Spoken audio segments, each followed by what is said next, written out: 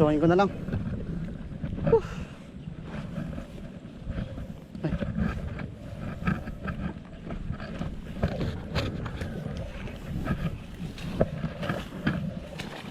Lusong na naman.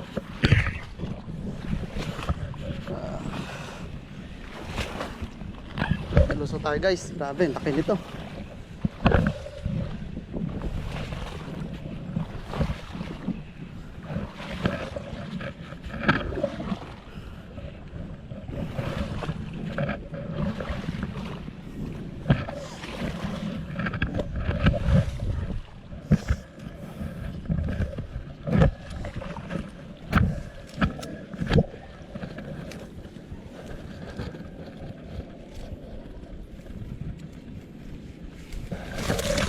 Ano?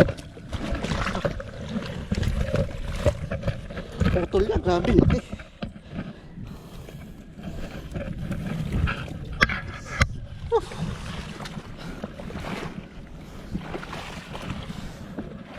Dali sa wakas guys, grabe, laki.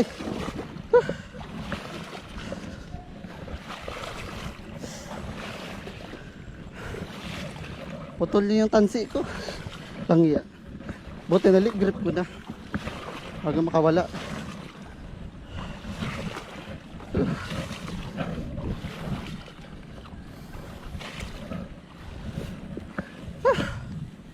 Grabe. Oh, laki dito guys. Grabe, tingnan nyo naman. Oh.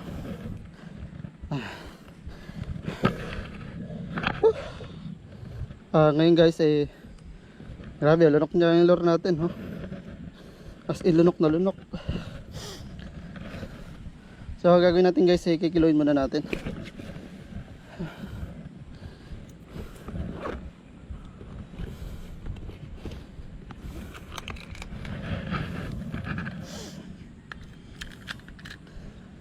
Grabe.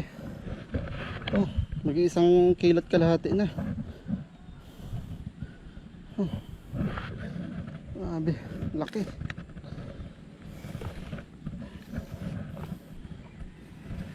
So, susukatin na naman natin guys kung gaano kahaba to. Solid, grabe. So, 3 beses siya na gano 3 beses siya kumagat guys sa lure natin. So, unang attempt tumalon siya. So pangalawang attempt, hindi niya natamaan yung lure. So sa pangatlong attempt niya, yun. Dito talaga siya na napuruan.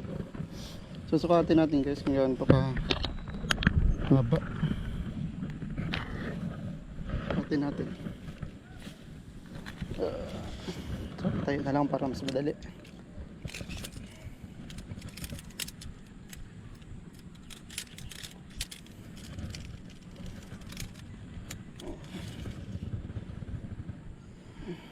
So same guys. So 19 inches pa rin yung huli natin dito. Pero ang taba niya laki. Yung kamay ko ano siya laki. Higit 1 kilo yung timbang, grabe.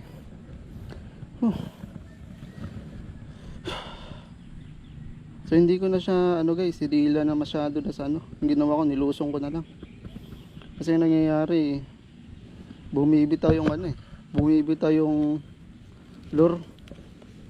Pero hindi naman nabibitaw sa ganitong tama. Tingnan yung tama. Lunok na lunok.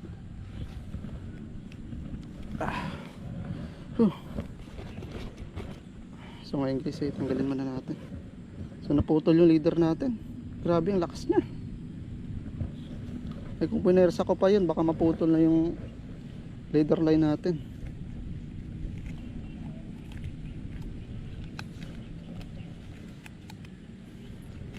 Yun. Solid.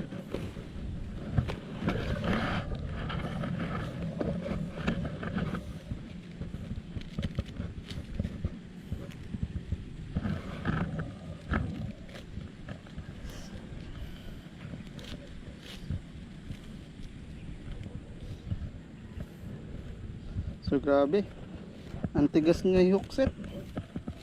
Pagbiwas ko ganun, halos Likong-liko na yung rod ko kasi medium light yung gamit ko eh. Pag medium light talaga ano, ano talaga siya, yung mabibit talaga ng gusto yung rod. Pag mga 1 kilo na may 1 kilo may higit. Okay, save na natin to.